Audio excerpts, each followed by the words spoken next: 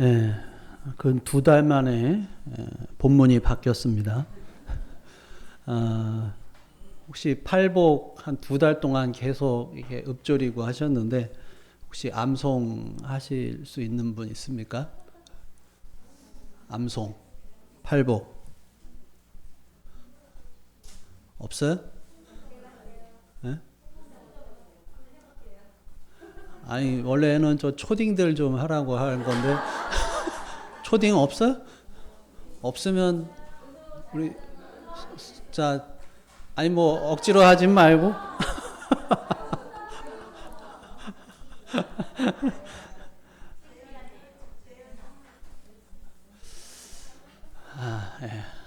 또 이렇게 멍석을 깔아놓으니까 또 좀 창피한 것 같네. 우리 송봉자 권사님 한번 해보시죠.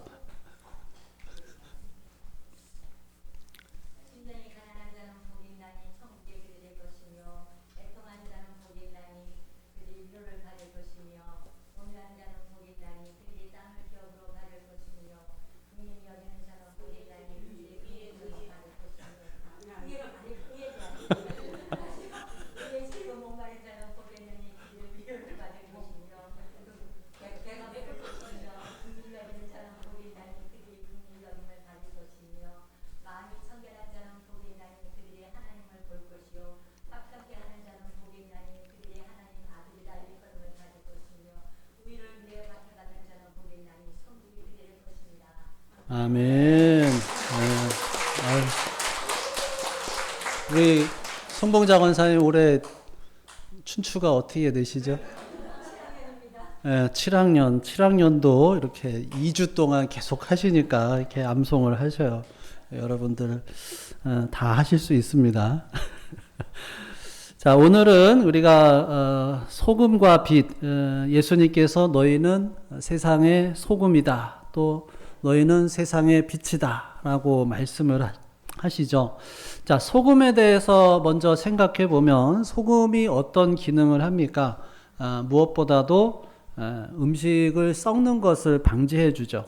예수님이 사시던 시대에는 당연히 냉장고가 없었고 그러한 때에 소금은 음식이 썩는 것을 방지하기 위해서 사용이 되었고 뭐 지금도 소금을 그런 목적으로 사용하는 경우도 많습니다. 또 소금은 음식 맛을 좋게 하기 위해서도 사용을 하지요. 자, 13절을 같이 읽어보겠습니다. 시작. 너희는 세상의 소금이니 소금이 만일 그 맛을 잃으면 무엇으로 짜게 하리요?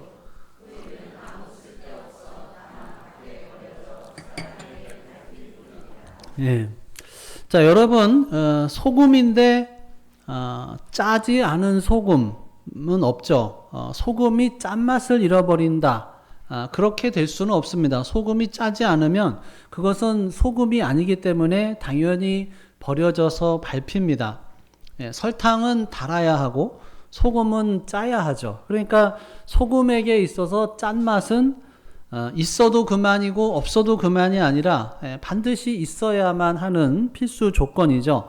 근데 예수님이 사시던 시대 당시에 고대 시대에 소금이 만들어지는 과정 속에 보면 소금은 소금인데 짜지 않은 소금이 있었다는 거예요. 그것은 소금을 만드는 과정에서 이 다른 물질들이 들어와서 섞입니다. 그렇게 이물질들이 들어왔을 때 소금이 만들어져도 짠맛이 나지 않았던 경우가 많았던 것이죠. 그러니까 여기서 예수님께서 소금이 다른 물질과 섞임으로써 소금 특유의 짠맛이 나지 않는 것을 말씀하시는 거예요. 예수님께서는 너희는 세상의 소금이다 라고 하셨는데 예수님은 소금인 우리가 세상에 있는 온갖 것들과 너무 섞여버리고 세상의 온갖 더러운 것들이 우리 안에 들어올 때 우리는 짠맛을 잃어버리고 아무 소용이 없게 되니까 그러면 안 된다고 말씀하시는 거죠. 이 바닷물을 드셔보신 적이 있을 거예요. 뭐 수영을 하다가도 이렇게 뭐 바닷가에서 놀다가도 물을 먹은 적이 있을 것이고 정말 짜죠. 그런데 바닷물에 포함된 소금의 양은 어느 정도 될까? 생각 되게 짜기 때문에 한 몇십 프로 정도 되지 않을까라고 생각하기 쉽지만 염분은 3.5%밖에 안 됩니다. 그런데도 바닷물이 그렇게 짜죠. 2022년 통계를 보면 한국의 개신교인이 20% 정도 된다고 해요. 그럼 바닷물이 3.5%인데도 바닷물이 썩지 않는데, 우리 세상을 보면은 굉장히 악하고 썩은 냄새가 진동을 해요. 왜 세상이 그렇게 되느냐라고 하는 거죠. 좋아져야 하는데 더 나빠지고, 악한 사람들이 점점 늘어나기 때문인가, 아니면 사람들이 악해지는 것인가. 분명한 것은 너희는 세상의 소금이다 라고 하시는데, 우리가 세상의 소금으로서 이 세상의 타락에 대해서 책임이 있다라고 하는 거예요. 내 주변에 어떤 문제가 발생을 하면 나하고는 아무 상관없어, 난 책임질 것이 없다, 이렇게 단순하게 말할 게 아니다라고 하는 거예요. 예를 들어서 잔혹한 살인을 저지른 사람이 뉴스에 나오면 어떻게 사람이 저렇게 악할 수 있냐, 이렇게 흥분할 수 있죠. 그건 당연한 거예요. 그런데 우리가 분노하고 비난하기에 앞서서 또 우리들도 그런 일을 접할 때마다 나는 다른 사람을 미워한 적이 없던가 한번 점검해 보는 계기가 되어야 하는 거예요. 물론 그런 일이 벌어질 때마다 나 자신만 돌아보라는 게 아니라, 그런 일이 있을 때 정죄하고 비난만 할 것이 아니라 나는 저 사람과 똑같지 않은가를 점검해야 한다라고 하는 거예요. 우리가 인종차별을 나쁘다라고 이야기를 하죠. 그렇게 인종차별이 나쁘다고 하고, 또 백인들이 다른 인종들을 차별하는 것에 대해서 굉장히 분개를 하면서도 또 나는 다른 인종에 대해서 깔보는 것은 없는지 또 살펴봐야 되는 거예요. 그러니까 자기 잘못에 대해서는 사람들이 관대해요. 그리고 남의 잘못에 대해서는 예민하고 크게 보는 경향이 있습니다. 이게 전문 용어가 있죠. 내로남불이라고. 내가 하면 로맨스고 다른 사람이 하면 불륜이라고 하는 건데, 똑같은 건데도 자기한테는 관대하고 남에게는 예민한 거예요. 그러니까 이 세상의 타락한 모습을 보면서 뭐라고 해요? 큰일 났다, 세상이 어떻게 되려고 이러냐, 정말 말세다 말세야. 그런데 자기가 죄를 지을 때는 큰일이라고 하거나 말세다 이렇게 말하는 사람이 없어요. 나는 괜찮은데 다른 사람들이 하는 짓을 보니까 화가 난다, 이런 태도가 거의 대부분이에요. 이것은 아주 무서운 교만이죠. 자, 그래서 세상의 소금인 우리들에게는 어떤 자세가 필요하냐? 다른 사람들의 죄와 실수를 지적하고 비난하기 이전에 어떻게 사람이 저럴 수가 있냐, 어떻게 이런 일이 있을 수 있냐 하기 전에, 세상이 이토록 타락한 이유 중에 하나는 바로 내가 소금의 맛을 잃어버렸기 때문이다라고 하는 반성과 자각이 있어야 한다라고 하는 거예요. 뒤에 보면 예수님께서 그러므로 하늘에 계신 너희 아버지의 온전하신 것 같이 너희도 온전하라고 했어요. 이 온전하다라고 하는 말은 구별되었다라고 하는 뜻이에요. 거룩하다. 온전하다라고 하는 것은 거룩하다는 거예요. 그러니까 우리가 세상 속에 살지만 세상과는 다른 사람들이다라고 하는 거예요. 이 세상의 기준이 들어오면 그러면 맛을 잃어버린다는 것입니다. 소금이 다른 물질과 섞이면 짠맛을 낼 수가 없는 거예요. 세상의 기준대로 살면 소금의 짠맛을 낼 수가 없고, 짜지 않으면 사용될 수가 없고, 그저 버려져서 밟힐 뿐이다라고 하는 것입니다. 그러므로 우리는 짜야 하고 짠맛을 잃어버리면 안 된다는 것이죠. 자, 14절 15절 같이 읽겠습니다. 시작. 너희는 세상의 빛이라. 산 위에 있는 동네가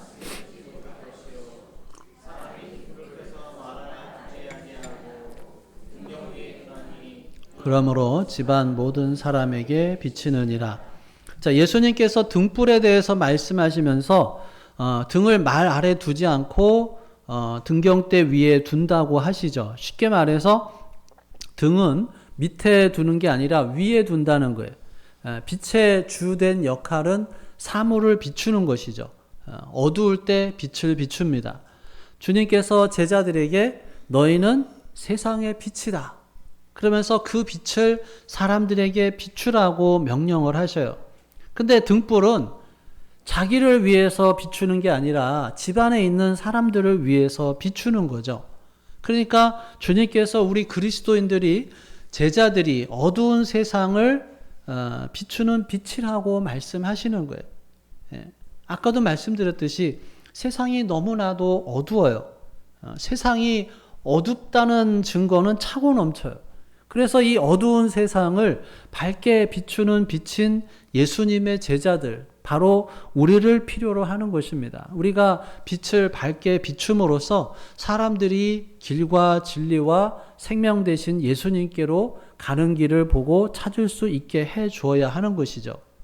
자, 16절도 읽어보겠습니다. 시작. 이같이 너희 빛이 사람 앞에 비치게 하여 그들로 너희 착한 행실을 보고 하늘에 계신 너희 아버지께 영광을 돌리게 하라. 빛을 비춘다는 게 뭐예요? 바로 착한 행실을 하라고 하는 거예요.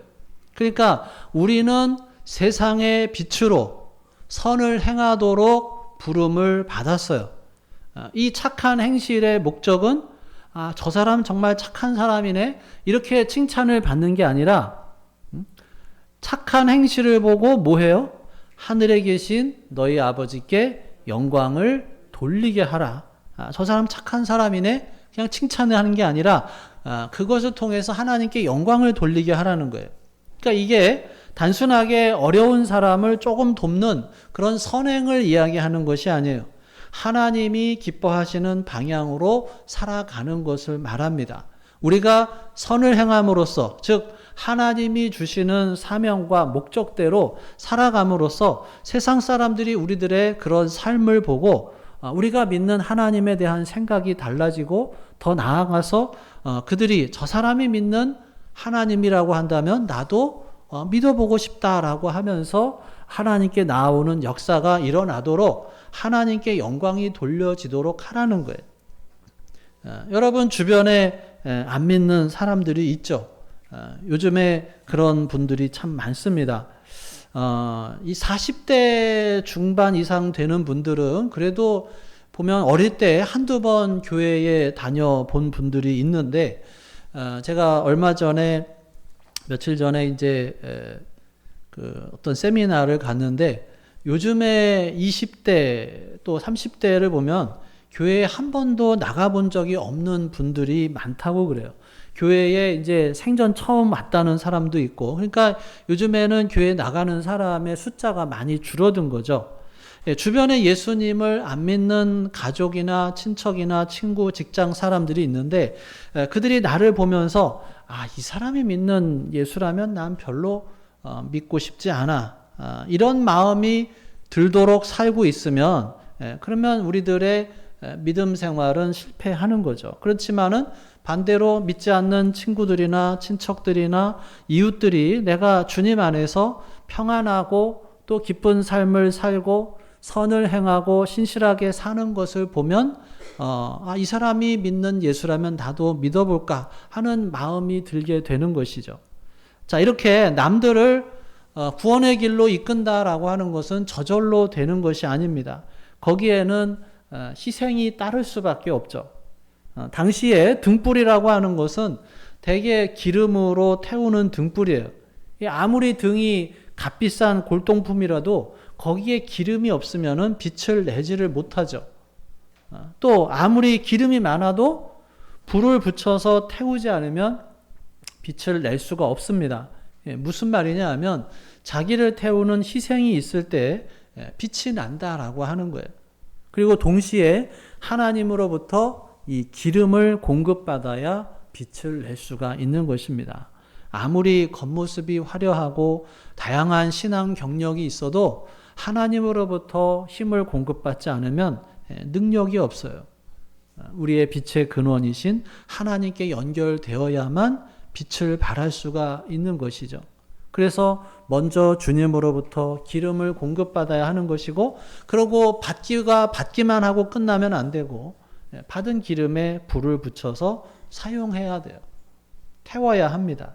자기가 타는 희생이 있어야 하는 것이죠. 여러분, 너무 당연한 얘기지만 된장찌개를 먹으면 된장 냄새가 나죠. 특히 청국장은 심합니다. 화장실에 오래 있으면 또 화장실 냄새가 나고, 숯불로 갈비를 구우면 숯불 갈비 냄새가 또 온몸에 진동하게 돼요.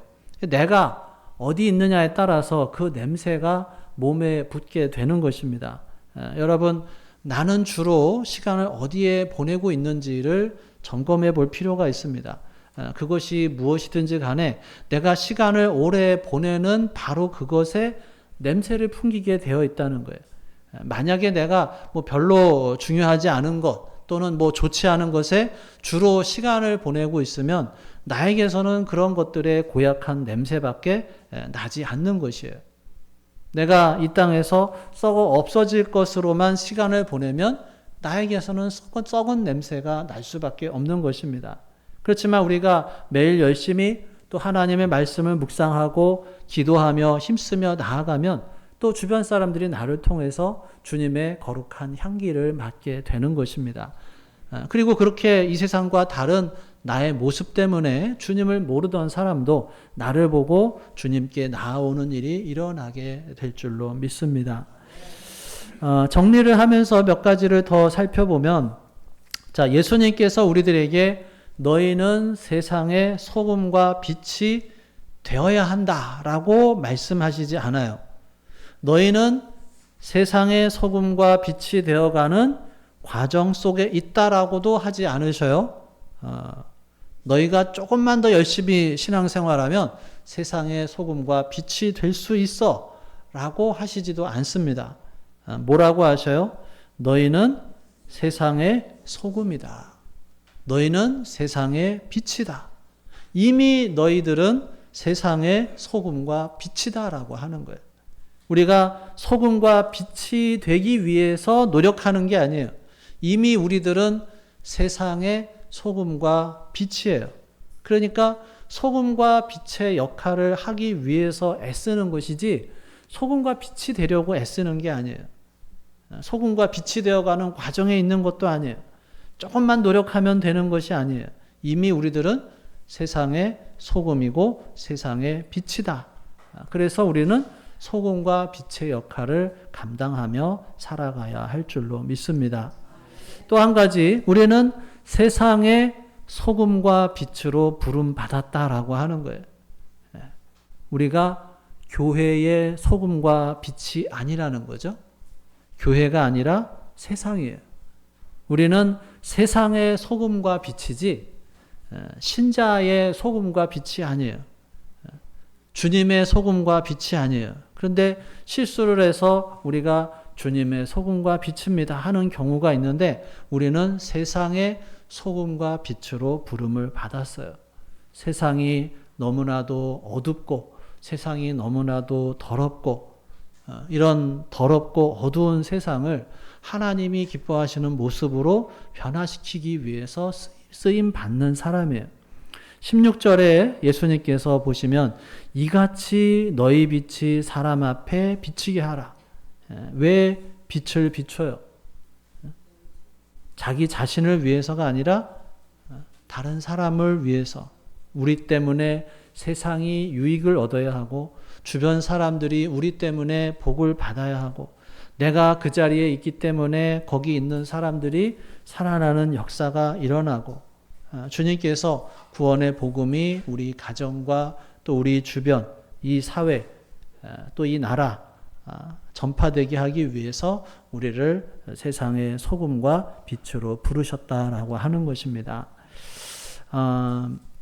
알렉산더 대왕에 대한 일화가 있습니다. 전쟁 중에 하루는 알렉산더가 잠이 오지 않아서 군대 이 막사를 돌아보고 있었는데 보초를 서던 한 젊은 군인이 꾸벅꾸벅 졸고 있는 거예요. 그 모습을 보고서 이 알렉산더 대왕이 마음이 굉장히 상합니다. 그래서 그 젊은 군인을 흔들어 깨웠어요. 깜짝 놀라서 깨보니까 자기 앞에 이 알렉산더 대왕이 있는 거죠. 너무 놀라서 이제 벌벌 떱니다. 그렇게 떠는 군인에게 알렉산더가 자네 이름이 뭔가 물어봤습니다. 그랬더니 예, 제 이름이 알렉산더입니다. 다시 한번 묻겠다. 자네 이름이 정말 뭐냐? 그랬더니 제 이름 알렉산더인데. 그러니까 이름이 똑같은 거예요. 이 친구가 잠이 덜 깼나? 내 이름 말고 자네 이름이 뭐냐? 했더니 알렉산더입니다. 그러니까 알렉산더 대왕이 그랬다고 그래요. 자네가 정말 알렉산더라고 하는 이름을 갖고 있으면 이름을 바꾸든지 태도를 바꿔라. 그 이름에 먹칠을 하지 말라는 거죠. 주님께서도 우리에게 물으십니다. 너는 누구냐? 저는 하나님의 자녀입니다. 또는 주님의 제자입니다. 저는 크리스찬입니다. 그러면 주님께서 물으시죠. 정말 네 이름이 뭐냐? 저는 크리스찬인데요.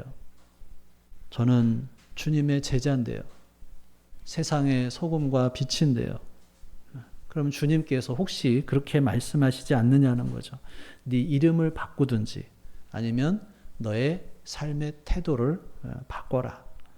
주님께서 우리를 이 세상의 소금과 빛으로 부르셨습니다. 우리가 참된 소금과 빛으로서의 사명을 다하기 위해서 주님께서 정말로 기뻐하시는 삶을 살아가는 우리 모두가 될 수 있기를 주님의 이름으로 축원합니다. 기도하겠습니다. 오늘 주신 말씀 생각하면서 우리 함께 기도하겠습니다.